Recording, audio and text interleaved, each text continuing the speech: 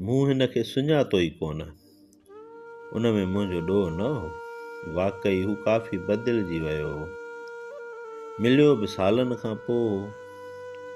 हिन जे मिटुनि में खॾूं पइजी वियूं हुयूं। वार फिटल हुअसि, जिन में शायदि किन ॾींहंनि खां तेल न विधो हो। ऐं संदसि रंग कंहिं उस में पियल पन जीअं लहसिजी वियो हो। कपिड़ा मेरा थी विया हुअसि ऐं कमीस जा बटण खुलियल हुयसि। अंदरां संदसि पघर में मेरी थियल गंजी ज़ाहिर थी रही हुई। मूंखे एतबार ई न आयो त ही को साॻियो रफ़ीक़ आहे जो मूंसां पूरो साल गॾु पढ़ियो हो, जंहिंजो मुंहुं भरियल ऐं रंग निखिरियल हूंदो हो, जंहिंजा वार सदाईं सलीके सां संवारियल हूंदा हुआ ऐं जंहिंजे निराड़ ते हिकिड़ी जॻ सदाईं लहराईंदे नज़र ईंदी हुई ऐं सदाईं साफ़ पेंट ऐं रंगीन बुशर्ट में मलफूस नज़र ईंदो हो। मां ऐं रफ़ीक़ 6हें दर्जे में गॾु पढ़िया हुआसीं। उन ज़माने में जॾहिं मास्तर असांखे पढ़ाईंदा हुआ त ही नोटबुक ते मास्तर जो कार्टून ऐं छोकिरियुनि जे स्केचनि ठाहिण में मशगूल नज़र ईंदो हो। ऐं जॾहिं क्लास पूरे थियण बैदि हू मूंखे इहे कार्टून ॾेखारींदो हो त असीं ॿई गॾिजी वॾा वॾा टहक ॾींदा हुआसीं। ऐं थोरीअ देरि बैदि हिन जे चपनि ते हिकु मुर्ग खेॾंदे नज़र ईंदी हुई, ॼण त उन्हनि टहकनि ॾियण सां हिन खे संदसि महिनत जी पूरी क़ीमत मिली वई हुजे। सॼो साल हिन मास्तरनि जे कार्टूननि ऐं छोकिरियुनि जे स्केचनि कढण में गुज़ारे छॾियो ऐं जॾहिं नतीजो निकितो त ज़ाहिर आहे हू नापास थियो। उन खां पोइ हिन सां गॾिजण जो मौक़ो घटि मिलंदो हो, छो त मां पास थी वियो हुउसि ऐं ही साॻिए ई दर्जे में मास्तरनि जा कार्टून ऐं छोकिरियुनि जा स्केच पियो ठाहींदो हो। कुझु ॾींहंनि खां पोइ मूंखे ख़बर पई त हिन खे स्कूल मां कढियो वियो आहे। हिन बोर्ड ते हेड मास्तर जो कार्टून ठाहियो हो। उन ॾोह में स्कूल खां निकिरण बैदि वरी हू मूंखे कॾहिं बि नज़र कोन आयो ऐं मूं बि कराची छॾे हैदराबाद में पंहिंजी तइलीम जारी रखी। अॼु 3 सालनि बैदि जीअं ई मां चांहि पीअण जे ख़्याल खां होटल में घिड़ी रहियो हुउसि त हिन मूंखे बांह खां झले पाण ॾे छिकियो। वाक़ई पहिरीं मूं हिन खे सुञातो ई कोन, पर पोइ गौर सां ॾिसण बैदि मालूम थियुमि त हू साॻियो ई रफ़ीक़ आहे। स्केचनि ऐं कार्टूननि वारो रफ़ीक़, जंहिंजो मुंहुं भरियल हूंदो हो ऐं मूंसां गॾिजी वॾा वॾा टहक ॾींदो हो। मां हिन खे पंहिंजे घर वठी आयुसि। हिन मूंखे ॿुधायो त हिन खे घर मां बि कढियो वियो आहे, उन ई फन जे शौक़ सबबु। संदसि वालिद जो चवणु हो त रंगनि बुरुशनि ते अजायो ख़र्च थो करे ऐं सदाईं संदसि कपिड़नि ते रंगनि जा दाग़ नज़र था अचनि। बेकार पियो थो वक़्तु विञाए, उन करे इहो शौक़ु छॾे ॾे। पर हू बदस्तूर तस्वीरूं चिटींदो रहियो, कॾहिं दरियाव जे मस्तु लहरुनि जूं त कॾहिं ओभर ते उथंदड़ शफ़क़ जे वणंदड़ लालाईअ जूं। उन खां पोइ गुफ़्तगूअ जो मौज़ू फिरी उन वक़्त जे हालतुनि ते आयो। इहो वक़्तु हो जो माण्हुनि में पंहिंजी क़ौमियत जो अहसासु अची चुको हो ऐं हर तरफ़ खां पंहिंजी तहज़ीब खे बचाइण जा आवाज़ उथी रहिया हुआ। नौजवान तबिको काफ़ी सुजाॻ थी चुको हो, पर रफ़ीक़ निहायत जज़्बाती थी वियो हो।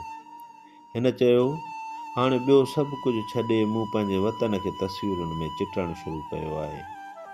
हिन मूंखे कुझु तस्वीरूं बि ॾेखारियूं। सखर बैराज, लैंसडाउन पुल,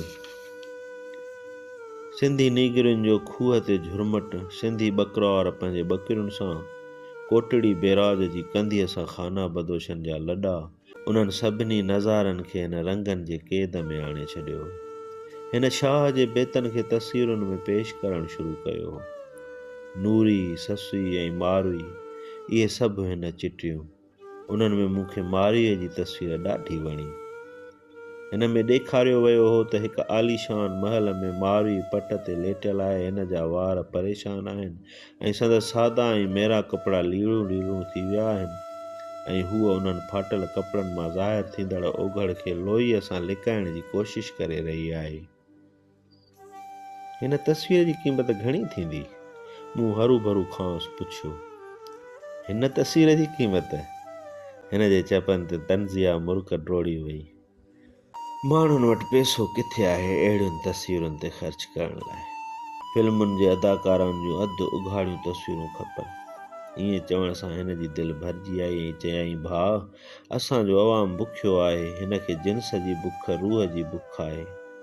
हिन जो बि त ॾोह न आहे, हिन खे त कंहिं न कंहिं तरह सां पंहिंजी बुख मारणी आहे।